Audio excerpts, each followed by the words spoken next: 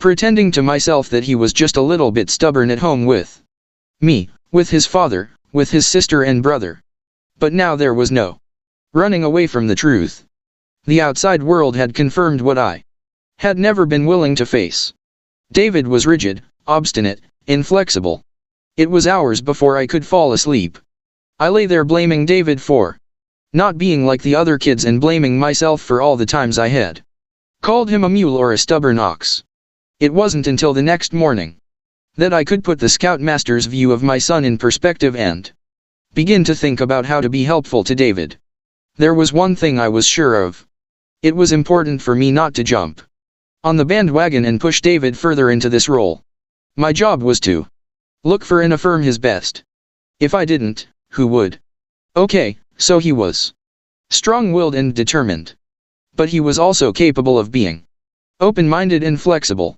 And that's the part that needed validating. I made a list of all the skills I knew for helping a child see himself differently. Then I tried to think of the kind of situation that had caused David to balk in the past. What could I say to him if anything like it happened again? Here's what I came up with. A. Look for opportunities to show the child another picture of himself. David, you agreed to come to Grandma's with us, even though you really wanted to stay home and play with a friend. That was giving of you. B. Put the child in a situation where he can see himself differently. Each member of this family seems to want to go to a different restaurant. David, maybe you can come up with an idea that could break the deadlock. C. Let the child overhear you say something positive about him. Dad. David and I worked out a compromise this morning. He didn't want to wear boots. I didn't want him sitting around in school with wet feet. Finally, he thought of the idea of wearing his old sneakers to school and bringing along a pair of dry socks and his good sneakers to change into. D. Model the behavior you'd like to see. I'm so disappointed. I had my heart set on seeing a movie tonight, and Dad reminded me that we had agreed to go to a basketball game. Oh well, I guess I can put the movie off for one more week. E. Be a storehouse for your child's special moments. I remember how at first you had some strong feelings against going to that Boy Scout camp. But then you began to think about it, and read about it, and talked to some of the other kids who went there. And eventually you decided to try it for yourself. F. When your child acts according to his old label, state your feelings and / or your expectations. David, to people at a wedding, old jeans seem like a mark of disrespect. To them it's as if you're saying, this wedding isn't important. So, as much as you hate the thought of wearing a suit and tie, I expect you to dress appropriately. G. Are there any other skills that might be helpful? More acceptance of David's negative feelings. More choices. More problem solving. This was the exercise that changed my direction with David. It made it possible for me to see him in a new light, and then to treat him as I had begun to see him. There were no dramatic overnight results. Some days went very well. It seemed the more I appreciated David's capacity to be flexible, the more flexible he was able to be. And some days were still pretty bad. My anger and frustration would drive me right back to square one, and I'd find myself in a shouting match with him all over again. But over the long haul I refused to become discouraged. I hung on to my new attitude. This determined son of mine had an equally determined mother. The little boy is grown now. Just recently, when he wouldn't listen to reason, that is, my point of view, I became so upset that I forgot myself and accused him of being pig-headed. He seemed startled and was quiet for a moment. Is that how you see me? He asked. Well, I stammered with embarrassment. That's okay, Mom, he said gently. Thanks to you, I have another opinion of myself. A quick reminder to free children from playing roles. 1. Look for opportunities to show the child a new picture of himself or herself. You've had that toy since you were 3 and it almost looks like new. 2. Put children in situations where they can see themselves differently. Sarah, would you take the screwdriver and tighten the pulls on these drawers? 3. Let children overhear you say something positive about them. He held his arm steady even though the shot hurt. 4. Model the behavior you'd like to see. It's hard to lose, but I'll try to be a sport about it. Congratulations. 5. Be a storehouse for your child's special moments. I remember the time you. 6. When your child acts according to the old label, state your feelings and / or your expectations. I don't like that. Despite your strong feelings, I expect sportsmanship from you. Part 2. Parents' stories present and past. Here are the experiences of several parents who were determined to free their children from the roles in which they had been cast. During the sessions on putting children in roles, I began to feel sick to my stomach. I thought of how disgusted I've been with Greg recently. And about the awful things I've been saying to him. I wish you could see yourself. You're acting like such a jerk. Why are you always the one to hold everyone up? I guess I shouldn't expect any more of you. I should know by now. How nasty you are. You'll never have any friends. Act your age. You're behaving like a 2-year-old. You eat so sloppy. You'll never learn to eat properly. I thought of him as my nemesis and I never let up on him. To top it off, I had a conference with his teacher this week and she complained that he was immature. A while ago, I probably would have agreed with her. But that day her words hit me like a ton of bricks. I figured the situation couldn't get much worse, so I decided to try some of the things from our sessions. At the beginning I found I was too angry to be nice. I knew Greg needed some positive feedback, but I could hardly talk to him. So I wrote him a note the first time he did something right. I wrote, "Dear Greg, I had a nice day yesterday. You made it easy for me to get out on time for the Sunday school carpool. You were up, dressed, and waiting for me. Thanks, Mom." A few days later I had to take him to the dentist. As usual he began running all over the office. I took off my watch and handed it to him. I said, "I know you can sit still for 5 minutes." He looked surprised, but he did sit down and was quiet until the dentist called him in.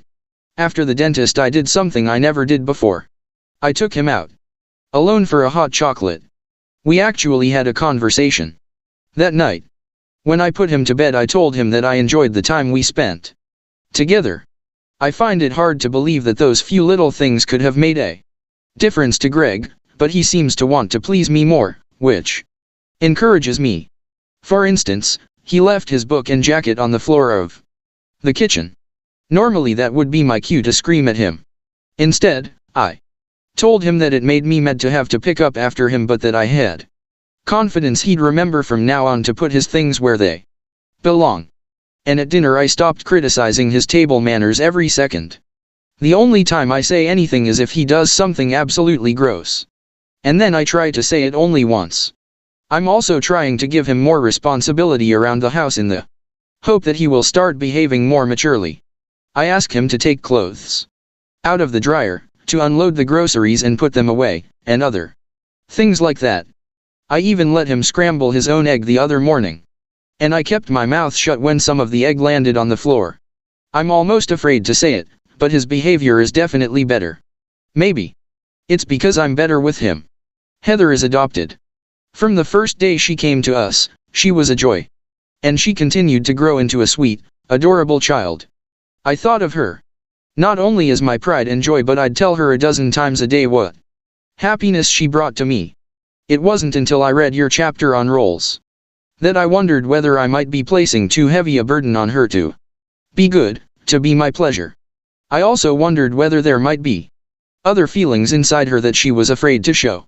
My concern led me to try a number of things that were new. I suppose the most important thing I did was to think of ways to let Heather know that all her feelings were okay, that it was all right to be angry, upset, or frustrated. When I was a half hour late one day in picking her up from school, I said, "It must have been irritating for you to have to wait so long for me." This was instead of my usual "thank you for being so patient, sweetheart."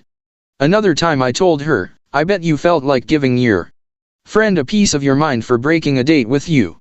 Instead of my usual, "Well, honey, other people just aren't as considerate as you."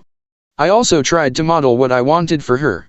I began to allow myself to talk about my own negative feelings more often. The other day I told her, I'm feeling crabby now and I'd like some time to myself. And when she asked to borrow my new scarf, I told her that I didn't feel like sharing it just yet. I tried to praise her differently. Instead of carrying on about how happy her schoolwork made me, I described what she had accomplished. This is a clear and well-organized report, and let it go at that. The other morning was a first. Heather was in the shower and I was rinsing a few dishes. She banged on the wall and I turned the hot water down halfway. Later she came storming into the kitchen and yelled at the top of her lungs, I asked you not to run the hot water. I had a freezing cold shower. If she had done that a month ago, I would have been shocked. I would have told her, Heather, that's not like you to behave that way. This time I said, I can hear how angry you are.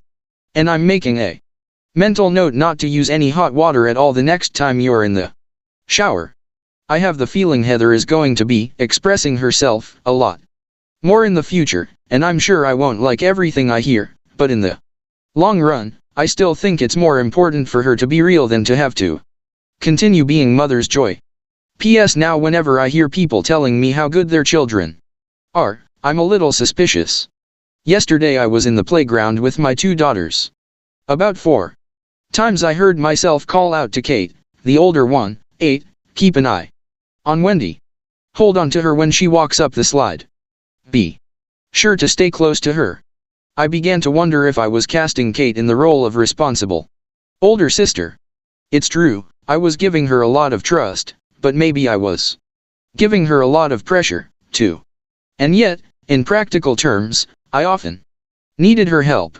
I also began to wonder if I was treating Wendy, 5, as too much of a baby. I'm not planning to have any more children, so I guess I'm happy to treat her that way. After all, she is my baby.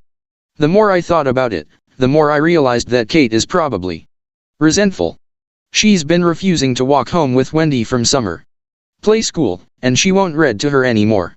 I also realized that at Wendy's age Kate was doing things for herself that Wendy still isn't doing, like pouring her own milk. I haven't done anything about it yet, but I'm slowly getting a conviction about what both my daughters need. Wendy needs to be helped to become more self-reliant, mostly for her own sake but also so there's less pressure on Kate. And Kate needs to have a choice about whether she wants to take care of her sister, except when I absolutely need her help. And maybe I can give Kate a little babying too, once in a while. It's been a long time since I've done that. It was lucky for Neil that I made it to the group last week. When I came home that morning I got a call from my next door neighbor. Her voice was shaking. She saw Neil pick 3 of her prized tulips on the way to school. I was beside myself. I thought, here we go again. He'll deny that he had anything to do with it, just the way he did when he took the clock apart. Later, I found the pieces in his room. And the way he did when he told me he skipped a grade. When I called the teacher, she told me no one ever skips anymore. He's been lying so much lately, even his brother has been saying, Ma, Neil's lying again. I know I haven't handled it well. I always demand that he tell me the truth, and when he doesn't I usually call him a liar, or give him a lecture on lying, or punish him. I suppose I've just been making things worse. But honesty is so important to me and my husband. I can't understand how Neil could be this way. Anyway, as I said before, I was lucky I had a session on roles, because even though I was very upset, I knew I didn't want to put Neil in the role of liar again. When he came home for lunch, I didn't fence with him. Did you? Are you sure you didn't? Don't lie to me this time. I got right to the point. I said, Neil, Mrs. Osgood told me you picked her tulips. No, I didn't. It wasn't me. Neil, she saw you. She was standing at the window. You think I'm a liar? She's the one that's a liar. Neil, I don't want to talk about who's lying and who isn't. The thing is done. For some reason you decided to pick 3 of her tulips. Now we have to think about how to make amends. Neil started to cry. I wanted some flowers for my teacher. I said, oh. So that was why. Thank you for telling me what happened. Sometimes it's hard to tell the truth, especially if you think it might get you into trouble. Then he really started to sob. I put him on my lap. I said, Neil, I can hear how sorry you are. Mrs. Osgood is very upset. What can be done? Neil burst into tears again. I'm afraid to tell her I'm sorry. Can you write it? I don't know. Help me. We made up a little note and he printed it. He's in first grade. I said, do you think that's enough? He looked bewildered. How would you feel about buying her a pot of tulips to fill in the empty spot? Neil broke into a big smile. Could we? Right after school we went to a florist. Neil picked out a pot with 4 tulips, and he delivered the pot and his note to Mrs. Osgood's doorstep. Then he rang the bell and ran home. I don't think he'll pick her flowers again, and somehow I don't think he'll lie so much anymore. I just know he'll be more open with me from now on. And when he isn't, I guess I've got to be realistic. I won't put him in the role of liar.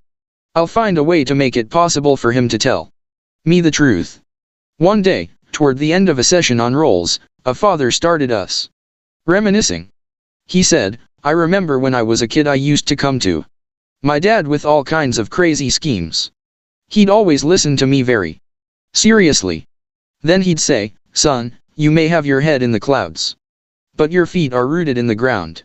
Now, that picture he gave me of myself as someone who dreams, but also someone who knows how to deal with reality has been one that's helped me through some pretty rough times. I was wondering whether anyone else here had that kind of experience. There was a thoughtful silence as each of us began to reach into the past to look for the messages that had marked our lives. Slowly, together, we began to remember aloud. When I was a little boy, my grandmother always used to tell me I had wonderful hands. Whenever I'd thread a needle for her or untie the knots in her wool, she'd say I had gold in a hand. I think it's one of the reasons I decided to become a dentist. My first year of teaching was overwhelming for me. I used to tremble whenever my chairman dropped in to observe a lesson. Afterward, he'd give me 1 or 2 pointers, but then he'd always add, I never worry about you, Ellen. Basically, you're self-correcting. I wonder if he ever knew what an inspiration those words were to me. I hung on to them every day. They helped me believe in myself. When I was 10, my parents bought me a unicycle. For a month I mostly fell off it. I thought I'd never learn to ride the thing, but one day, there I was pedaling along, keeping my balance. My mother thought I was remarkable. From then on, whenever I was worried about learning something new like French, for instance, she'd say, any girl who can ride a unicycle will have no trouble with French. I knew she was being illogical.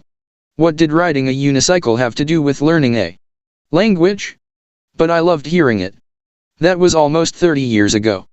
And to this day, whenever I'm faced with a new challenge, I hear my mother's voice, any girl who can ride a unicycle. I may laugh, but that image still helps me. Almost everyone in the group had a memory to share. When the session ended, we just sat there and looked at one another. The father, who had started us all remembering, shook his head in wonderment. When he spoke for all 7, putting it all together. Parents have pointed out to us that the process of freeing children from playing out roles is a complicated one. It involves not only a whole change of attitude toward a child but also requires a working knowledge of many skills. One father told us, to change a role, you've really got to be able to put it all together: feelings, autonomy, praise, alternatives to punishment, the works. In order to illustrate the contrast between the well-intentioned parent and the parent who relates with skill as well as love, we've written 2 scenes, based on characters in Liberated Parents/Liberated Children. In each of these, 7-year-old Susie tries to play out the role of the princess. As you observe how mother copes with her daughter in this first scene, you might want to ask yourself, what else could she have done? The princess part: I. Mother, I'm home, everybody. Hi, Susie. Don't you say hello to your mother?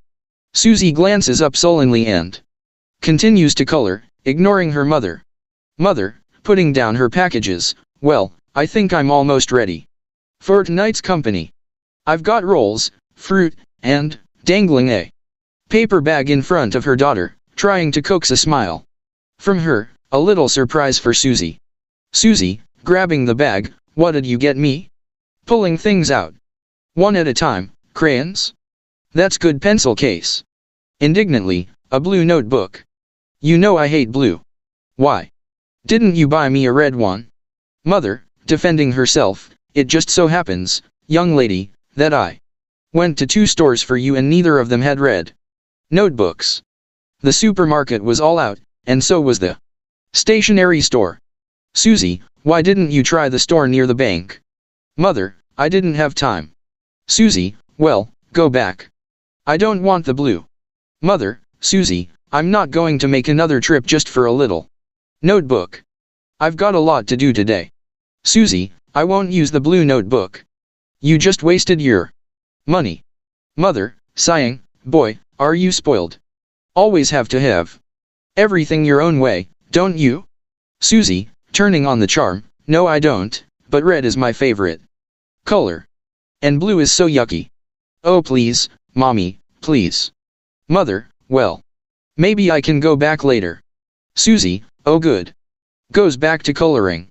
Mommy? Mother, yes? Susie, I want Betsy to sleep over tonight. Mother, now that's out of the question. You know Daddy and I are having dinner company tonight. Susie, but she has to sleep over tonight. I already told her she could. Mother, well, call her back and tell her she can't. Susie, you're mean. Mother, I'm not mean. I just don't want children underfoot when I'm having company. Remember the way you two carried on last time? Susie, we won't bother you. Mother, loud, the answer is no. Susie, you don't love me. Starting to cry. Mother, distressed, now, Susie, you know perfectly well I love you. Cupping her chin tenderly, come on, who's my little princess? Susie, oh please, Mommy, pretty please. We'll be so good. Mother, weakening for the moment, well. Shaking her head. Susie, it won't work out. Why do you always make it so hard for me? When I say no I mean no. Susie, throws coloring book on floor, I hate you. Mother, grimly, since when do we throw books? Pick it up. Susie, I won't. Mother, pick it up this instant. Susie, shrieks at the top of her lungs and throws new crayons on the floor one at a time. No. No. No. No. Mother, don't you dare throw those crayons. Susie, throwing another crayon, I will if I want to. Mother, slapping Susie on the arm, I said stop it, you little brat. Susie, shrieks, you hit me. You hit me. Mother, you broke the crayons I bought you. Susie, crying hysterically, look. You made a mark. Mother, very upset, she rubs Susie's arm. I'm so sorry, sweetheart. It's just a tiny scratch. It must have been my nail. It'll be better in no time. Susie, you hurt me. Mother, you know I didn't mean it. Mommy wouldn't hurt you for the world. You know what?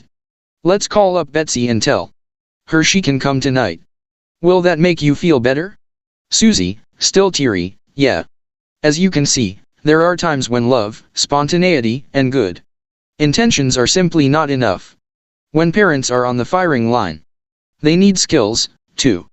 As you read this next scene you'll see the same mother with the same child. Only this time she uses all her skills to help her daughter behave differently. The Princess Part 2. Mother, I'm home, everybody.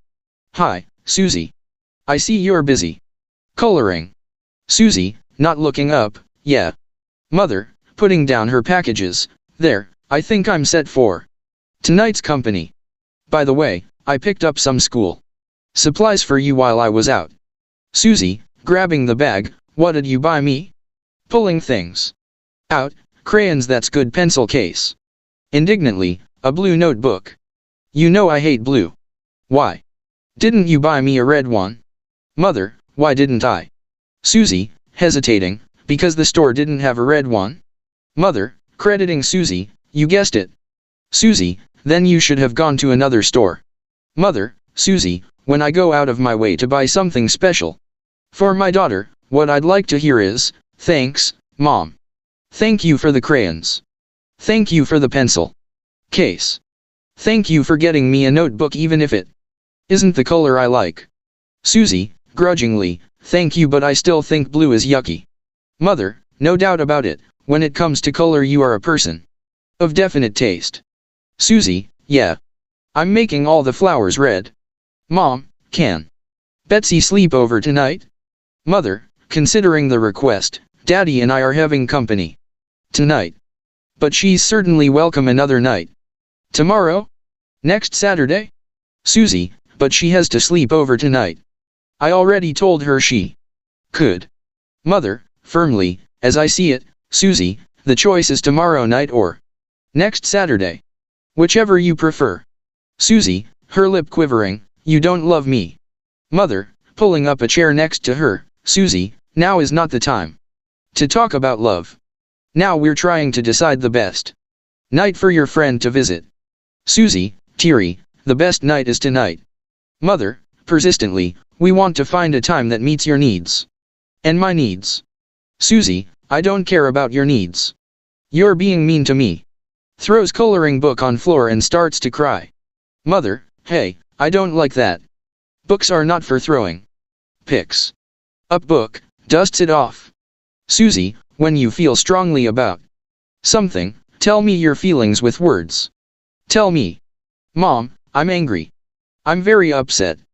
I was counting on Betsy sleeping over tonight. Susie, accusingly, we were going to make chocolate chip cookies together and watch television. Mother, I see. Susie, and Betsy was going to bring her sleeping bag and I was going to put my mattress on the floor next to her. Mother, you had the whole evening worked out. Susie, we did. We were talking about it all day in school today. Mother, to look forward to something and then to have to change your plans can be pretty frustrating. Susie, that's right. So can she come tonight, Mommy, please? Please, pretty please? Mother, I wish tonight were good for me because you want it so much. It isn't. Stands up. Susie, I'm going into the kitchen now. Susie, but, Mommy. Mother, as she leaves, and while I'm preparing dinner I'll be knowing how very disappointed you are. Susie, but, Mommy. Mother, calling out from kitchen, as soon as you decide what other night you want Betsy to visit, please let me know. Susie, picks up the phone and calls friend. Hello, Betsy. You can't come tonight. My parents are having some dumb company. You can come tomorrow or next Saturday. In this second dramatization, Mother had the skills she needed to keep Susie from playing out the role of princess. Wouldn't it be wonderful if in real life we too were able to always come up with the kind of responses that were helpful to our children and helpful to ourselves? But life isn't a neat little script that can be memorized and performed. The real-life dramas that children engage us in every day don't give us time for rehearsal or careful thought. However, with our new guidelines, though we may do and say things we regret, we have a very clear direction to which we can return. There are basic principles we can depend on.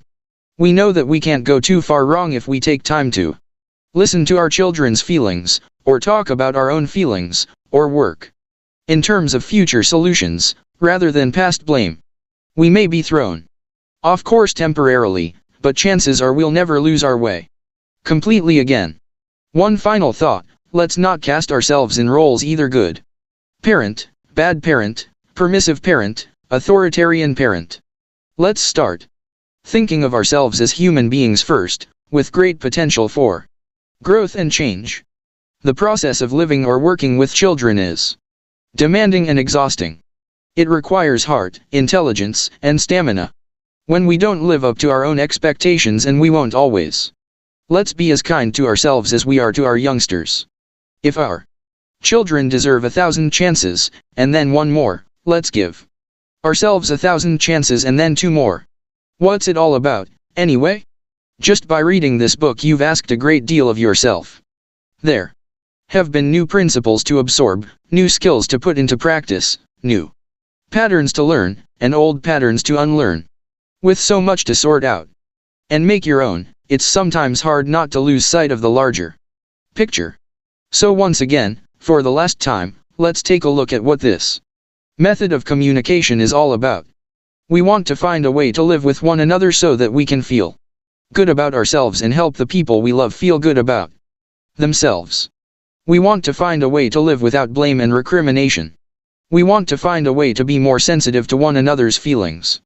We want to find a way to express our irritation or anger without doing damage. We want to find a way to be respectful of our children's needs and to be just as respectful of our own needs. We want to find a way that makes it possible for our children to be caring and responsible. We want to break the cycle of unhelpful talk that has been handed down from generation to generation, and pass on a different legacy to our children, a way of communicating that they can use for the rest of their lives, with their friends, their co-workers, their parents, their mates, and one day with children of their own. Afterward. Many years later. Dear reader, when How to Talk was first published back in 1980, we had our fingers crossed. We weren't at all sure how people would react. The format was so different from our first book. Liberated Parents / Liberated Children was the story of our personal experiences. This book was basically a version of the workshops we had been giving around the country.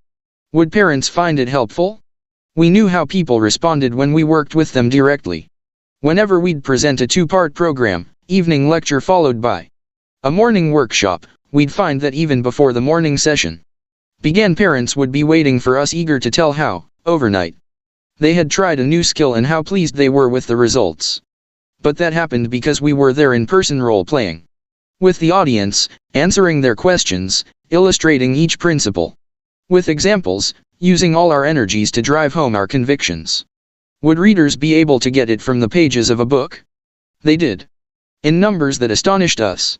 Our publisher informed us they were printing additional copies to meet the demand. An article in the New York Times reported that of the hundreds of parenting books flooding the market, How to Talk was one of the top 10 sellers. PBS produced a 6-part series based on each chapter. But the biggest surprise came from the amount of mail that filled our boxes. Letters arrived in a steady stream, not only from the United States and Canada, but from countries all over the globe, some so small or unfamiliar we had to look them up in an atlas. Most people wrote to express their appreciation. Many described, in some detail, just how our book had touched their lives. They wanted us to know exactly what they were doing differently now, what was working with their children and what wasn't. It seemed that parents everywhere, no matter how different the culture, were dealing with similar problems and searching for answers. There was another theme that emerged in the letters. People spoke of how hard it was to change old habits. When I remember to use my skills, everything goes better, but too often I revert, especially when I'm under pressure. They also expressed a desire for additional help. I want this approach to be a more natural part of me. I need practice and support. Do you have any materials my friends and I can use to study these methods together? We understood their needs. As young mothers, we had sat in a room with other parents and discussed each skill, and struggled together to come up with the most respectful, effective ways to deal with the endless challenges presented by children. It was because we knew how valuable the group experience could be that we conceived the idea of writing a series of do-it-yourself workshops based on our book. We felt sure that if parents were given an easy-to-follow, step-by-step program, they could learn and practice the skills together, on their own, without the help of a trained leader. Our master plan worked. Parents organized groups, ordered our workshop materials, and really were able to use them successfully. But what we hadn't anticipated was the number of professionals requesting and using the How to Talk program. We heard from psychiatrists, psychologists, social workers, educators, ministers, priests, and rabbis. We were also surprised by the variety of organizations using our materials: domestic violence crisis centers, drug and alcohol rehabilitation units, juvenile probation departments, the Boy Scouts, state prisons, schools for the deaf, Head Start, and military bases in the United States and abroad. Eventually, more than 150,000 groups around the world had used or were using our audio and video programs. All during this time, we would receive a persistent request, mostly from social service agencies. Parents desperately need communication skills. Do you have any materials that could help us train volunteers to go out into the community and run your How to Talk program? What an interesting idea. We wished we did. Maybe at some time in the future we could write a phone call came from the University of Wisconsin Cooperative Extension. They had done it unbeknownst to us, and in partnership with the Wisconsin Committee for the Prevention of Child Abuse, they had obtained a federal grant to create a leadership training manual for our How to Talk So Kids Will Listen group workshop program. It seems they had already used it to teach more than 100 volunteers how to run our workshops for over 7,000 parents in 13 counties. With great enthusiasm they described the success of their project and their dream of replicating it in every state. Would we look at their manual, make any necessary changes, and join them in a broader publishing venture? After recovering from the shock of this too good to be true offer, we made plans to meet with them and work together. The training manual has just been published. So here we are today on another anniversary of the book we launched with some trepidation so long ago. No one could have predicted then, certainly not us, that it would have such staying power or that it would take on a life of its own and recast itself into so many different shapes and forms. Nevertheless, once again we found ourselves with questions.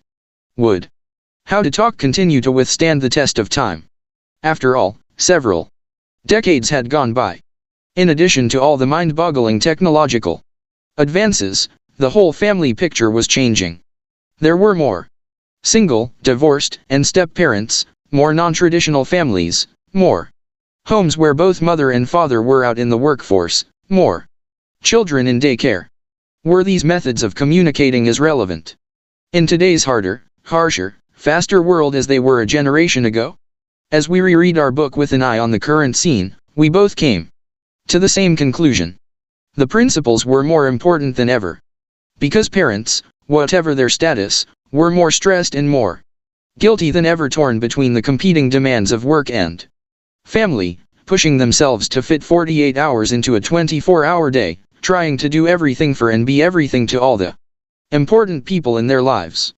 Add to that a consumer culture that bombards their children with materialistic values, television that exposes them to explicit sexual images, websites that offer them instant, sometimes unsavory companionship, video games that desensitize them to violence, movies that stimulate them with multiple murders in the name of fun and entertainment, and it's not hard to understand why so many of today's parents feel shaken and overwhelmed. We know full well this book is not a total answer. There are problems that cannot be solved by communication skills alone. Nevertheless, we believe that within these pages parents will find solid support strategies that will help them cope with the built-in frustrations of raising children. Clear methods that will enable them to set limits and impart their values. Concrete skills that will keep families close and connected despite pernicious outside forces. Language that will empower parents to be firm and nurturing to themselves as well as to their children. We are delighted at the opportunity this anniversary edition presents. It gives us a chance to share with you our current thinking and some of the feedback we've received over the years, the letters, the questions, the stories, the insights of other parents. We hope that somewhere in this mix you'll find an additional kernel of information or inspiration to help you carry on with the most important job in the world. Adele Faber. Elaine Majlish. I. The letters. It's always a great pleasure to hear from our readers, but the letters that are most gratifying are those where people share how they actually used the principles in How to Talk and applied them to the complexities of their lives. Your book has given me the hands-on tools I've been desperately searching for. I don't know how I would have handled all the hurt and anger my 9-year-old son felt about his father and me getting a divorce if I hadn't read How to Talk. Most recent example, Tommy returned from his day with his Father all down in the mouth because his dad called him a turkey. It took all my willpower not to badmouth my ex and tell Tommy his father was the one who was the turkey. Instead I said, "Oh boy, that must have hurt. Nobody likes to be called names. You wish Daddy would just tell you what he wants without putting you down." I could see by Tommy's expression that what I said helped. But I'm not going to let this drop. I'm going to have a talk with his father. I just have to figure out how to do it without making things worse. Thank you for my newfound confidence. I bought your book for $4 in a used bookstore, and by now I can honestly say it was the best investment I ever made. One of the first skills I tried was, describe what you see. When I got positive results, I almost fell out of my chair. My son, Alex, 4, is a very strong-willed child. My parents call him bullheaded, which gives me many opportunities to use the ideas in your book. Here's how the chapters on roles and problem solving helped me. Whenever I participated in Alex's preschool co-op program, I noticed the teacher getting more and more annoyed with him, especially when he wouldn't join the group for singing or anything else that didn't interest him. If Alex is bored or restless, it's hard for him to sit still. He rolls around, runs around, walks around. His teacher kept saying his name: "Alex, sit down. Alex, stop that. Alex." I saw him being put in the role of troublemaker. One day after school I talked to him about what he didn't like about the program and what he did. It turned out that he was tired of singing Old MacDonald and having to listen to some of the same stories. But he really enjoyed the crafts and the games. Then I told him how hard it was for the teacher to teach songs or tell stories to all the children when one child was running around disturbing the class. I was about to ask him to list some solutions when, out of the blue, he said, "Okay, Mom. I'll be wild in the playground after class." I gulped and said, "Sounds good to me." And since then the teacher hasn't had anything to complain about. The more I use my skills with my son, the more positive changes I see in him. It's as though a new little person has stepped out. The elementary school counselor recommended how to talk when we were having behavior problems with our 6-year-old son. After reading the book, borrowing the videos from the Michigan State University Extension office nearby, and teaching myself the parenting skills, several of my friends noticed such a change in our son that they asked what I was doing that made such a difference in his behavior and in my relationship with him. He went from saying, "I hate you. I wish I wasn't your son," to, "Mom, you're my bestest pal." After telling my friends about the book, they asked me to teach them. I was able to get all the necessary materials from the Extension office, the video series and the workbooks, and gave a 6-week course to my class of 12 parents, including my husband. Sometime later, the Extension office asked me if I would give it again and open it to the public, which I did. I've been teaching the series for several years now and have seen some incredible changes for the better in the lives of the children whose parents attended the workshops. Lately, I notice it takes some parents a little longer to catch the spirit of the program. They're under so much pressure, they want fast answers. Also, maybe they've been influenced by all the recent advice out there telling them that if they don't get tough, punish, spank, to make their kids mind they're not doing their job, not being responsible. But once they start actually using your approach and seeing for themselves how it works and how in the long run the kids are so much more cooperative, they become enthusiastic about the program. As for me, when I look back I see that our son was becoming an angry and rebellious little boy. Finding your materials, learning and applying the skills in how to talk, has literally saved our family life and improved our relationship with our son 100%. I firmly believe that as long as these skills are a part of our lives we can help prevent our son from becoming the type of teenager who could make some very deadly choices out of anger and rebellion. Thank you for presenting what you had learned in such a clear way that it can be self-taught. I found How to Talk in our local library and must say it is the most worn-out book I have ever seen. In fact, I'm sure the only thing holding it together is the soundness of its contents. It's been extremely helpful to me in dealing with my 10-year-old daughter, who has recently developed an attitude. I don't know where it comes from her friends or TV, but she's taken to saying things like, "You never buy anything good to eat," or "How come you got me such a dumb video game? It's for little kids." Thanks to you, I no longer defend myself or try to be understanding. Now when she gets mouthy, I stop her right in her tracks. I'll say something like, "Lisa, I don't like being accused. If there's something you want or don't want, you need to tell me in another way." The first time I did this, I could see she was taken aback. But now, I notice that when she starts out being fresh, I don't even have to say anything. Sometimes I just give her a look, and she'll stop and actually make an effort to be civil. Your book is the greatest thing to come along since the dishwasher and the microwave. Just this morning I was rushing to get the baby ready for daycare and reminded Julie, that she needed to use her nebulizer machine for her asthma before she got dressed for school. She ignored me and started playing with her Barbie doll. Normally I would have screamed at her and taken the doll away, which would have led to her having a tantrum and me being frantic and late for work.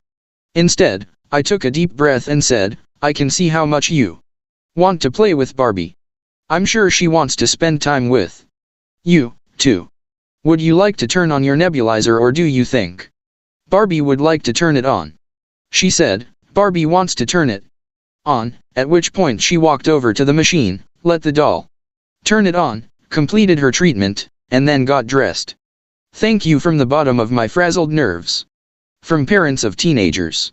We're frequently questioned about the best age to start using these skills. Our standard reply is, "It's never too early and never too late." Here's what parents of teenagers had to tell us. People are always asking me how come my kids are so wonderful. I give my wife most of the credit, but I also tell them about how to talk because it's helped me really live what I believe in. I explain that it's not just a matter of saying or doing any one particular thing. It's about a way of living together with real respect. And when you get that respect going, that's what gives you whatever power or influence you have when they get to be teenagers. I know there are no guarantees, and I'm not saying it's easy. Recently Jason, my 14-year-old, asked me for money to go to the movies. It turned out he wanted to see this R-rated film that I had read about and didn't think was appropriate for him. I gave him my objections, including the fact that he was underage. He said his friends were all going and he didn't want to miss out. I repeated my position. He said I couldn't really stop him because he was tall and could pass for 17, and if not, someone online would get him in. I said, "I know I can't stop you, but I'm hoping you won't go. Because from everything I've read, this movie is all about connecting sex with violence, and I think that is a sick connection. Sex shouldn't have anything to do with one person hurting or using another. It has to do with two people caring about each other." Well, I didn't give him the money and I hope he didn't go. But even if he did, I have a feeling he'll be sitting there with my voice in his head. Because of our relationship, there's a good chance he'll at least consider my point of view. And that's the only protection I can give him against all the garbage out there in the world. I want to let you know that your book has changed my life and thinking, and my children's lives, and my relationship with my husband, and his with the kids, and, most especially, our relationship with our teenage daughter, Jody. One of the things we used to get into fights over was curfew. No matter what time we set, she always managed to be late and nothing we said or did made any difference. It was a real worry, because in our town a lot of kids go to parties where there's no supervision. Once the police were called in because a party attracted a lot of uninvited kids and neighbors complained about noise and beer bottles thrown on their lawns. Even when the parents are home, half the time they go upstairs to watch TV or sleep and have no idea what's going on downstairs. One Saturday morning, my husband and I sat down with Jody to see if we could solve the problem together. He told her if he had his way he'd move the family to a desert island for the next 2 years until she went to college. But since that wasn't practical, we'd have to think of something else. I said, seriously, Jody, you have a right to enjoy a night out with your friends. And Dad and I have a right to a worry-free evening. We need to figure out something that will satisfy all of us. Well, we did. Here's what we finally agreed to: we'll be responsible for checking to make sure there's an adult in the house. Jody will be responsible for coming home sometime between 11:30 and midnight. Since we go to bed early, I'll set the alarm for 12:15 just in case something unexpected comes up. The second Jody gets home, she'll turn off the alarm. That way, she'll have her fun and her parents will have a peaceful night's sleep. But if the alarm goes off, all our alarms will go off, and we'll have to start tracking her down. Our agreement held. Jody has kept her part of the bargain and made it her business to beat the clock every time. Thank you for your life preserver of a book. Not for children only. Our purpose in writing How to Talk was to help parents have better relationships with their children. We never expected that some people would use the book to change their relationship with their own parents or with themselves. I was raised with no praise and lots of verbal abuse. After several years of escaping life through drugs and alcohol, I sought therapy to try to change my destructive behavior. My therapist recommended your book, and it has been a terrific help to me, not only with the way I talk to my 18-month-old son but in the way that I now talk to myself. I try not to belittle myself anymore. I'm starting to appreciate and give myself credit for all I do to make a life for me and my son. I'm a single mom and was terrified at the thought of repeating my upbringing, but now I know I won't. Thank you for helping me believe in myself. How to Talk, my Bible, has helped me break a cycle of 5 generations of negating persons and feelings. It's taken me a long time, but I've finally learned I don't have to choke back my feelings. Even the bad ones. I'm okay as I am. I hope my 4 children, 17, 14, 12, and 10, can at some point appreciate the effort it took on my part, years of going to your parenting classes, to be able to raise the next generation of people willing and able to communicate instead of negate. P.S. I got your book when my 17-year-old was 1. It's been my salvation. I am a 40-year-old mother of 2 boys. What has affected me most deeply about your book is the realization that I have been terribly damaged by my parents' attitude toward me. My father still manages to say something hurtful to me every time we see each other. Since I've had children, these remarks are all nasty little digs about what a hopeless mother I am and what a mess I am making of my boys' upbringing. I realize now that even though I'm an adult, part of me is still a child suffering from lingering wounds of doubt and self-hatred. The weird thing is that I am a conscientious, hard worker, who has had relative success as an artist. Yet my father always paints a picture of a person who is completely the opposite of me. After reading your book, I found the courage to begin to stand up to my father. Recently, when he told me I was lazy, I replied that he might see me that way but that I had another picture of myself. He was nonplussed by that. I have new hope now that I can heal the child inside me by giving it the parenting it never had from teachers. At almost every conference, 1 or 2 teachers would take us aside to tell us how our books had affected them, not only personally but professionally as well. Some put their experiences in writing. I read How to Talk So Kids Will Listen 9 years ago when I first started teaching. I was used to working with adults and hadn't yet had children of my own. Your book may have saved my life. It has certainly helped me be a much better teacher to my 7th and 8th graders and a much happier person. The most helpful shift in my thinking came from no longer asking myself how to make the kids learn or behave.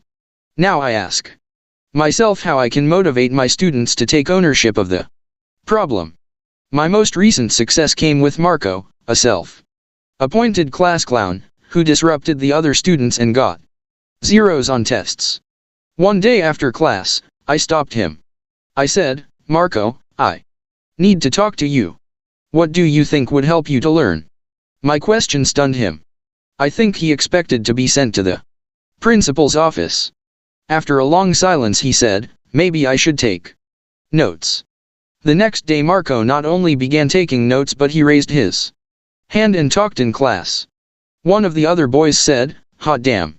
Marco. You know something. Over the years I have recommended, lent, and discussed your book with literally hundreds of parents and teachers. I usually keep a copy on my nightstand. Conscious attention to its precepts also helps me be the kind of father, husband, and friend that I want to be. More often. My students have all benefited from your chapter on praise. I have one boy who has had. In 9 months he had turned in only 3 math assignments. After reading How to Talk, I began to use descriptive language to point out his positives. I started saying things like, you figured it out, or, oh, you caught your own error. Or, you persisted until you got the right answer. The next week he turned in every single assignment. He is so proud of his work he wants me to tell his mother at the next parent conference. I have another student who has handwriting that is so bad even he can't read what he's written. His spelling grades have all been in the 50% area. He goes to another teacher for extra help. I shared my book with her, and together we have stormed him with praise. We both described whatever was right about his handwriting and spelling. You remembered to put the silent T in often. Today he burst into my room and announced that he got 19 spelling words right out of 20. It was his first A in spelling ever. I am an educational diagnostician in a large school district in Texas. After years of training teachers and experimenting with a variety of different methods, behavior modification, reinforcement theory, increasingly severe punishments, loss of recess time, detention, suspension, my colleagues and I have come to the same conclusion: the principles and skills you write about in all your books are the skills we need to use and teach our teachers to use. We are convinced that when our classrooms really work, they work because relationships are working. And relationships work when communication is humane and caring. Response from abroad. We were fascinated by the feedback we received from foreign countries. That our work would be meaningful to people in cultures so very different from our own was a continuing source of amazement to us. When Elaine spoke at the International Book Fair in Warsaw, she asked the audience to explain the passionate response to our work in Poland. How to Talk was a bestseller there. A father told her, "For years we have been under communist rule. Now we have political freedom, but your book shows us how to be free within ourselves, how to give respect to ourselves and respect to our families."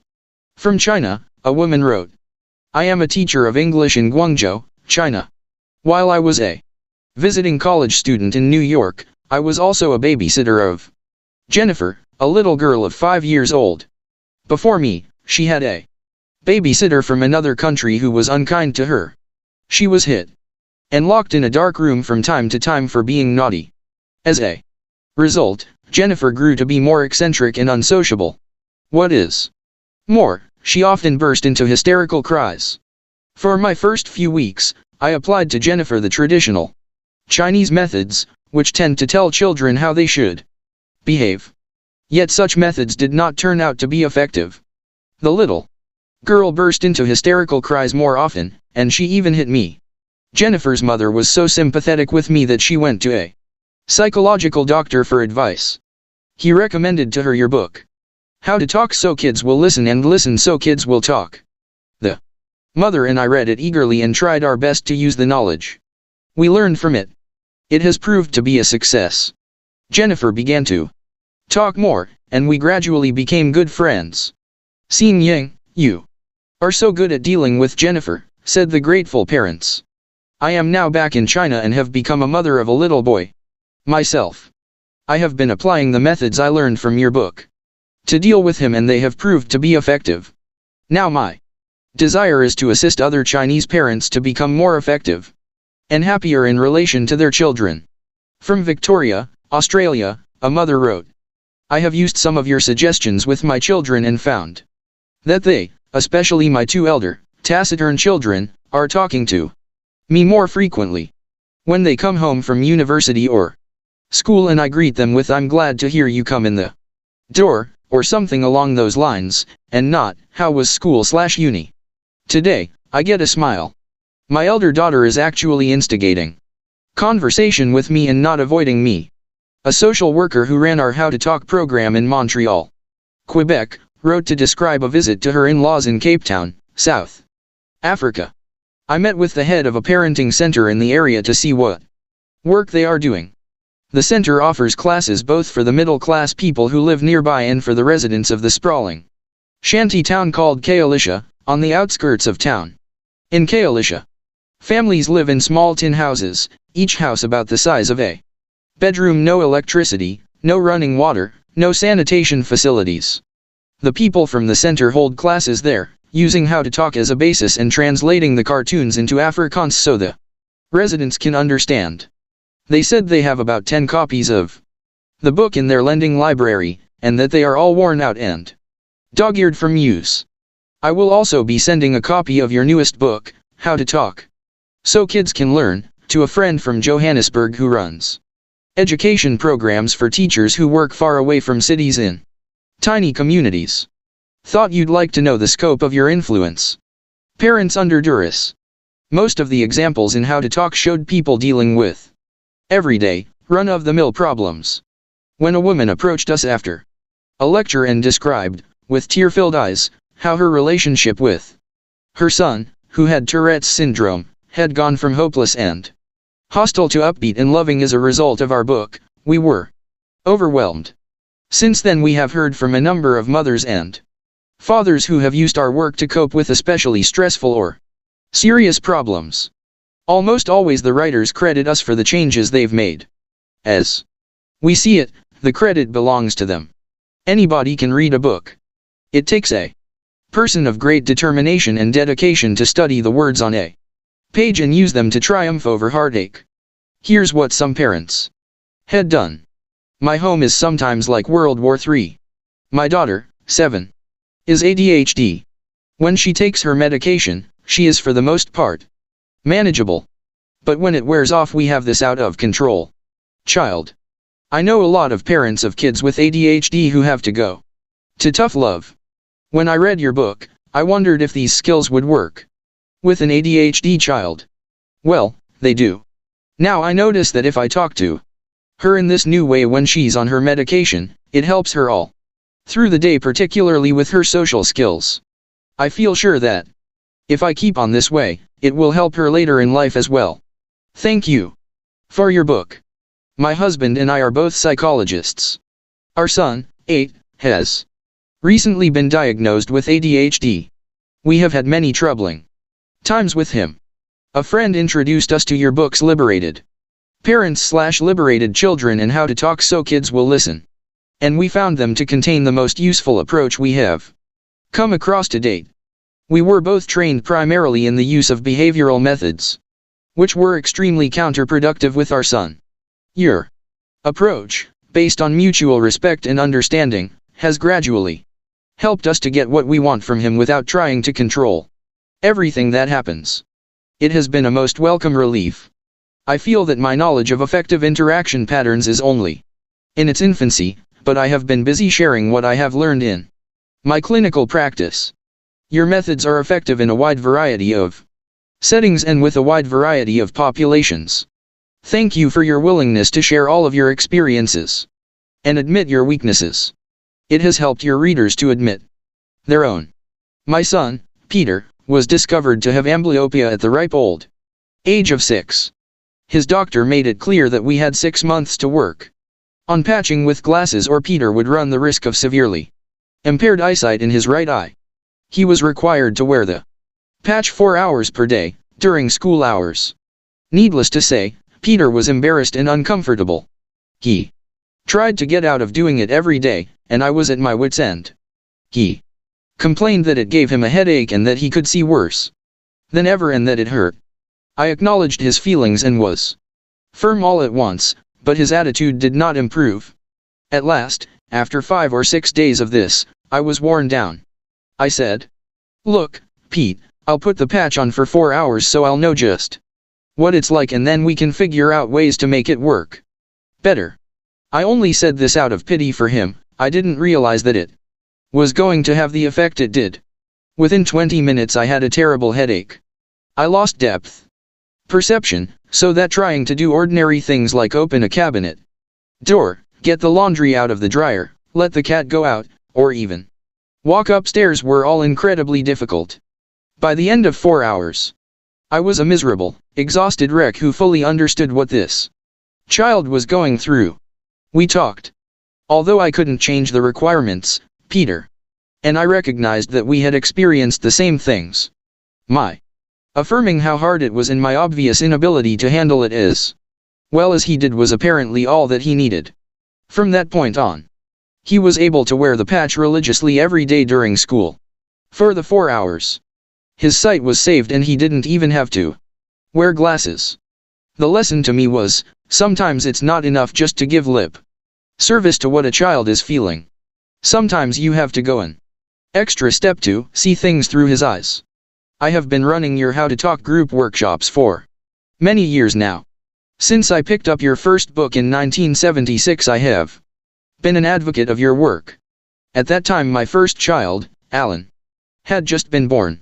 He is 22 years old now and suffers from severe mental illness. This disease is a brain disorder that is hereditary in my family. Because of the skills I learned and teach, Alan's prognosis is so much better than that of most of the other sufferers, and I am able to help him in his grief and acceptance of his disability. Also, I am able to manage the ups and downs of his emotional roller coaster that comes with the disease by using my skills. As I attend support groups for other parents who have similarly disabled children, I realize that your methods have made my whole situation much more positive in outlook and manageability. Hopefully, we will be able to help Alan to continue to make progress in his life and, more important, prevent him from relapse and hospitalization, which so often occur. I am so grateful for the 17 years experience I have using these principles. Alan's siblings suffer as well, from fear of getting the disease to the terrible imbalance of resources in our family in managing the disability. The skills help my husband and me to be empathetic and aware of their plight. Your work has been a great gift to our family, too. Yes, but what if? How about? Not all the feedback we received was positive. Some people were disappointed at not finding more help for children who had serious or complex problems. Others were unhappy at not having their particular questions answered. Still others were frustrated because they had made a genuine effort to say or do things differently with little or no success.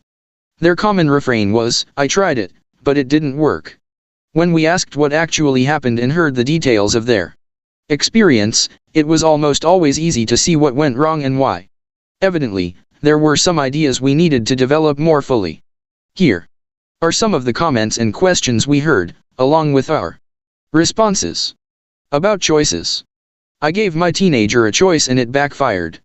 I told him he could either get a haircut and come to Thanksgiving dinner or he could have Thanksgiving dinner in his room and that it was up to him. He said, "Fine, I'll have it in my room." I was shocked. I said, "What? You would do that to me? And to your family?" He just turned his back on me and walked away. Maybe choices don't work with teenagers. Before you offer a child of any age a choice, it helps to ask yourself, are both of these options acceptable to me and likely to be acceptable to my child? Or are these choices really threats in disguise? Will he experience me as using a technique to try to manipulate him? At its best, the subtext of a choice should be, I'm on your side. There's something I want you to do, or not do, but rather than giving you an order, I'd like to give you some say in the matter. What choice could you have given your teenage son about his hair? Chances are, none. Most teenagers experience almost any parental comment about their hair, the style, the color, the length, the cleanliness, or lack thereof as an invasion of their personal space. But suppose you can't contain yourself?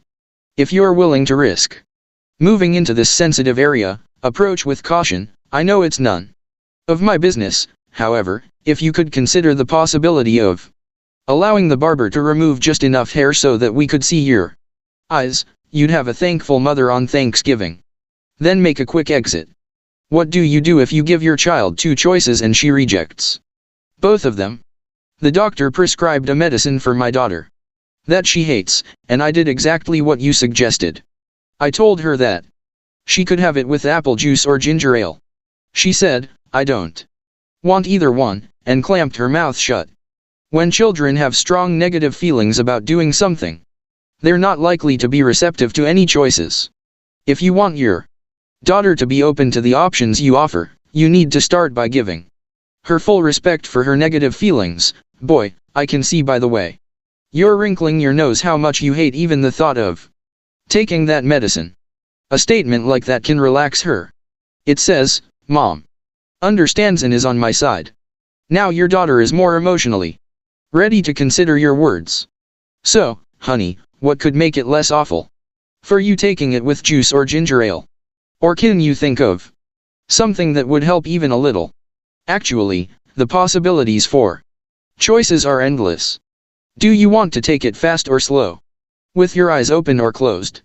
With the big spoon or the little spoon? Holding your nose or your toes? While I sing or while I'm quiet?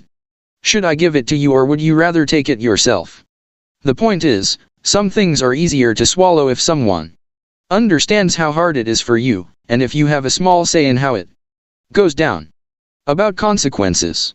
Another communication breakdown occurred when consequences were included in the problem-solving process. One parent told us how disappointed she was when the one time she tried to work out a solution with her children they all ended up in a big fight. I called a family meeting and told the kids what the vet said about our dog being seriously overweight and not getting enough exercise. We were going through all the problem-solving steps together and making good progress, deciding who would be responsible for what and at what time, when my middle son asked what the consequence would be if someone didn't do his job. My oldest suggested no TV for one night. The other two said that wasn't fair. To make a long story short, we all wound up in this big argument about what a fair consequence should be, with everybody mad at one another and no plan about what to do for the dog. I can only conclude that my boys just aren't mature enough for problem solving. It is not a good idea to bring up consequences when you're trying to solve a problem. The whole process is geared toward creating trust and goodwill. As soon as the idea of a consequence for failure is introduced, the atmosphere is poisoned. Doubt is created, motivation is killed, and trust is destroyed. When a child asks what the consequence would be if he doesn't do his part, the parent can respond, I don't want us even to think about consequences. Right now we need to figure out how to make sure our dog gets healthy and stays healthy. It will take all of us working together to make that happen. We understand there will be times when we won't feel like doing our part. But we'll do it anyway, because we don't want to let one another or our dog down. And if someone gets sick or there's an emergency, we'll take turns getting the job done.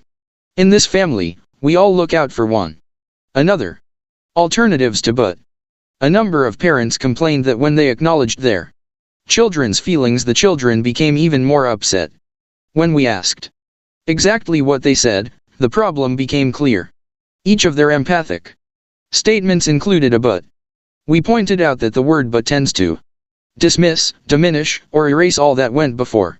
Here is each parent's original statement, with our suggested revision that eliminates the but. Original statement: you sound so disappointed about missing Julie's party. But the fact is you have a bad cold. Besides, it's only one party. There will be plenty of other parties in your life. Child thinks, Dad just doesn't understand. Revised statement: instead of butting away the feeling, give it full value. You sound so disappointed about missing Julie's party. You were looking forward to celebrating your friend's birthday with her. The last place on earth you wanted to be today was in bed with a fever. If Dad is feeling expansive, he can express what his daughter might wish. Don't you wish someone would finally discover a cure for the common cold? Original statement: I know how much you hate the thought of having a sitter again, but I need to go to the dentist. Child thinks, you always have a reason to leave me. Revised statement: delete but. Substitute: the problem is, I know how much you hate the thought of having a sitter again. The Problem is I need to go to the dentist. What's the difference? As one father commented, but feels like a door slammed in your face. The problem is opens the door and invites you to consider a possible solution. The child might say, maybe while you're at the dentist I could play at Gary's house. Mom might say, maybe you could come with me and read a book in the waiting room. Then again, there might not be a solution that satisfies the child. Nevertheless, by acknowledging that there is a problem we make it easier for him to deal with it. Original statement, Holly, I can see how unhappy you are about your haircut. But you'll see, it will grow. In a few weeks you won't even notice it. Child thinks, no kidding. Like I couldn't figure that out for myself. Revised statement, delete but substitute and even though you know. Holly, I can see how very unhappy you are about your haircut. And even though you know it will grow, you still wish somebody would have listened to you when you said you wanted only an inch taken off. By prefacing your statement with an even though you know, you credit your daughter's intelligence and make your point without dismissing hers. Why did you? Why didn't you? Some parents complained because they felt that they went out of their way to be understanding of their children only to be met with a hostile response. As a new stepmother I'm well aware of how important it is not to be critical of the children. I leave the discipline up to their father. But when he was out of town and the teacher sent a note saying my stepson's report was overdue, I knew I had to handle it. I was very calm. I just asked him, in a friendly way, why he didn't get his report in on time, and he exploded at me. Why? Any sentence that begins with why did you or why didn't you can feel like an accusation. The question forces a youngster to think about his shortcomings. Beneath your friendly, why didn't you, he may hear, isn't it because you're lazy, disorganized, irresponsible, and a hopeless procrastinator? Now he's on the spot. How shall he answer you? He's left with two untenable choices. He can either own up to his inadequacies or he can try to defend himself and make excuses for them, because the assignment wasn't clear, because the library was closed, etc. In either case, he becomes more upset with himself, more angry at you, and less likely to think about how to remedy the situation. What might you substitute that would lead to a non-defensive reaction? You can turn the problem over to your stepson and offer your support.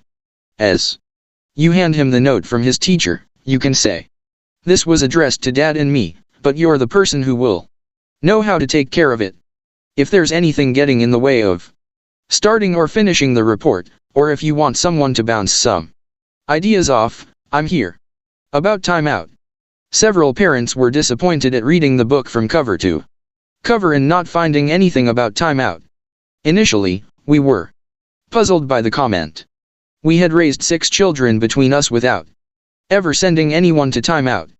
Then, little by little, we began to notice a groundswell of books and magazine articles advocating timeout as a new disciplinary method, a humane alternative to spanking, and instructing parents on precisely how to carry out the procedure successfully. How could we not consider it? The explanation seemed almost reasonable. By sending the misbehaving child into another space or place, with nothing to distract him, no books, toys, or games, and insisting that he sit there for a specified amount of time, 1 minute for each year of his life, the child will soon see the error of his ways and return chastened and well behaved. But the more we thought about it and the more we read about it in all its variations, the less we liked it. To us it seemed that timeout was not new or innovative but an updated version of the outdated practice of making a naughty child stand in the corner. We wondered, suppose Billy hits his little sister because she keeps pulling on his arm while he's trying to draw, and Mom, in a fury, sends him to do time in his timeout chair. She claims that's better than hitting Billy for hitting his sister. But what might be going on in Billy's mind as he's sitting there? Is he thinking, now I've learned my lesson, I must never hit my sister again, no matter what she does? Or is he feeling, no fair, Mom doesn't care about me. She only cares about my stupid sister. I'll fix her when Mom's not looking. Or is he concluding, I'm so bad, I deserve to be sitting here all by myself? It is our conviction that the child who is misbehaving does not need to be banished from the members of his family, even temporarily. However, he does need to be stopped and redirected. Billy, no hitting. You can tell your sister, with words, how mad it makes you feel when she pulls on your arm while you're trying to draw. But suppose Billy tells her and suppose she continues pulling? And suppose Billy hits her again? Doesn't that call for timeout? Sending Billy to solitary might stop the behavior for the moment. But it doesn't address the underlying problem. What Billy needs is not timeout but private time with a caring adult who will help him deal with his feelings and figure out better ways to handle them. Mom might say, it's not easy to have a little sister who's always pulling at you to get your attention. Today she made you so angry that you hit her. Billy, I can't allow either one of my children to hit the other. We need to make a list of things you can do instead if she bothers you again when you're trying to draw. What are some alternatives to hitting? Billy could yell stop in her face very loud. He could push her hand away gently. He could give her her own piece of paper and a crayon. He could give her something else to play with. He could draw when his sister is napping. He could draw in his room with the door closed. If nothing else works, he can call Mom for help.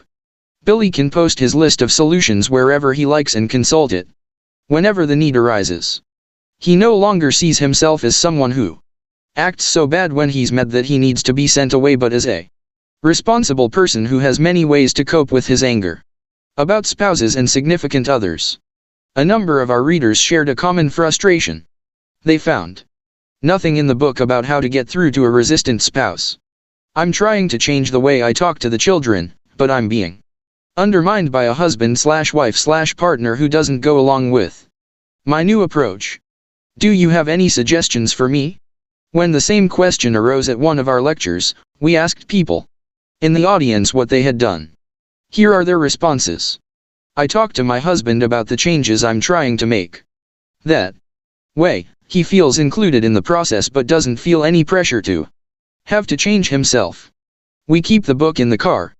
Whoever isn't driving reads a little bit aloud and then we talk about it.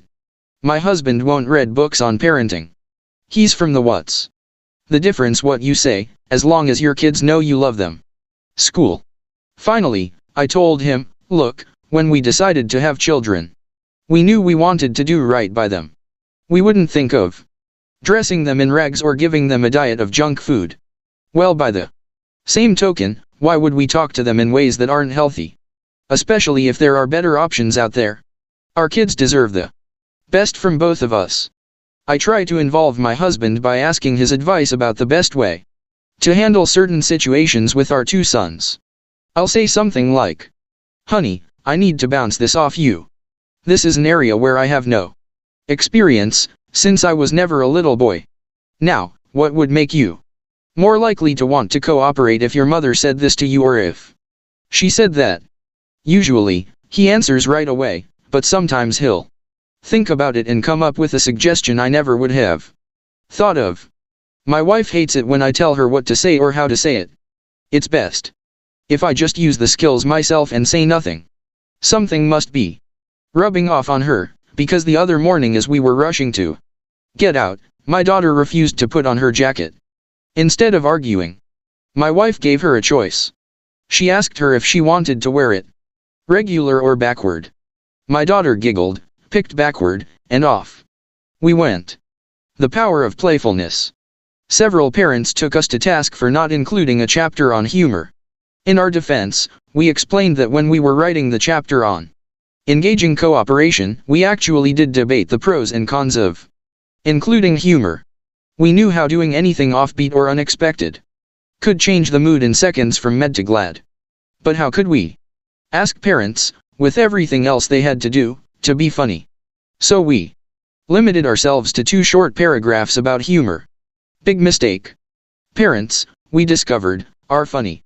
Even those who don't believe they can be. Anytime we had a workshop, anywhere in the country, and asked the very serious, grown-up parents to get in touch with the playful, funny, silly, zany, kid part of themselves, they did. They came up with the most delightful examples of what could be done or what they had done to raise their own spirits and melt their children's resistance. Sometimes my 3-year-old refuses to get dressed because he wants me to do it for him. When he gets in this mood, I put his underwear on his head and try to put his socks on his hands. He, of course, tells me I'm doing it wrong and then puts his underwear on and his socks on his feet. Then he says, "See, Mommy, this is how it goes." I act completely surprised and try to put his pants on his arms or his shirt on his legs. The game always ends with laughter and hugs. To get my son to brush his teeth, we invented germs Geraldine and Joe, who would be hiding. So we would brush each spot while they would sing, "We're having a party," in Benjamin's mouth. Then they would scream when he brushed them and yell when he spit them down the drain. They would call out, "We'll be back." The challenge of maintaining a semblance of order in any home with children of any age seemed to generate the most creative solutions. Here's what some parents did to motivate their children to help around the house or clean up after themselves. We're trying to establish some traditions to encourage our new blended family, her 3, 7, 9, and 11, and my 2, 10 and 13, to get along better. Arguing about who does what chores has been a real sore point. Now every Saturday morning we write down all the jobs that have to be done on separate pieces of paper. Then we fold them, put each one in a different color balloon, blow them up, and throw all the balloons into the air. Each child grabs one, breaks it, does the job, comes back, and breaks the next. On it goes until all the jobs are done and we congratulate one another on our great teamwork. I'm an at-home dad who recently came up with a new way to deal with all the mess the kids make. I take out my special deck of cards with all the high numbers removed. Then each boy picks a card that tells him how many things he has to put away. There's lots of excitement as they count what they put away and rush back to see what their next card will be. The last time I did it, the whole cleanup was finished in 20 minutes and the kids were disappointed that the game was over. Scenario: one room with 2 girls. Pieces from 3 puzzles all over the floor. Mom: "Okay, kids, this is called Can You Beat the Music? I'm going to play this new album and the idea is to see if you can get all the puzzle pieces back in their original boxes before the first song ends." They went for it and finished the job in 2.5 songs. I've got 4 boys. At least 50 times a day I'm yelling at them to put their shoes away. The first thing they do when they come home is take off their shoes and drop them in the middle of the floor, and I'm always tripping over 8 shoes. Inspiration: I write shoes on a piece of paper, put a string through it, and hang it over the entrance to the kitchen, low enough so they'll run into it when they come home. Kevin, my 8-year-old, is the first to arrive. The note brushes his hair as he enters the kitchen. Kevin: "What's this?" Me: "Read it." Kevin: "Shoes? What's that supposed to mean?" Me: "What do you think?" Kevin: "Are we going to get new shoes today?" Me: "No." Kevin, thinking hard: "Do you want us to put our shoes away?" Me: "You guessed it." Kevin puts shoes away, comes back and explains the note to the next 3 kids who put away their shoes. Kevin: "You should make a sign like that for washing your hands. My teenagers hate cleaning the bathroom. Ma, it's gross." I didn't argue. I just posted a note on the mirror over the sink. Here's the poem that did the trick. Grab the comet in a rag. Scrub a dubbo, what a drag. Edges, ledges, nooks, and crannies. Don't forget where sit the fannies. Yes, it does, it takes some time. But work well done is so sublime. Thanks. Love. Mom. The mother who gave us this story titled it, "Nothing Lasts Forever." I wanted all the trains and tracks cleared out of the den, so I walked into my son's room and pretended to call him on the phone. Ring. Ring. He pretended to pick it up and said, "Hello." I said, "Is this the Riley Construction Company?" He said, "Yes." I said, "I have this big job of removing some heavy trains and tracks to another location and I heard your company was the best." He came in and picked everything up. I tried it a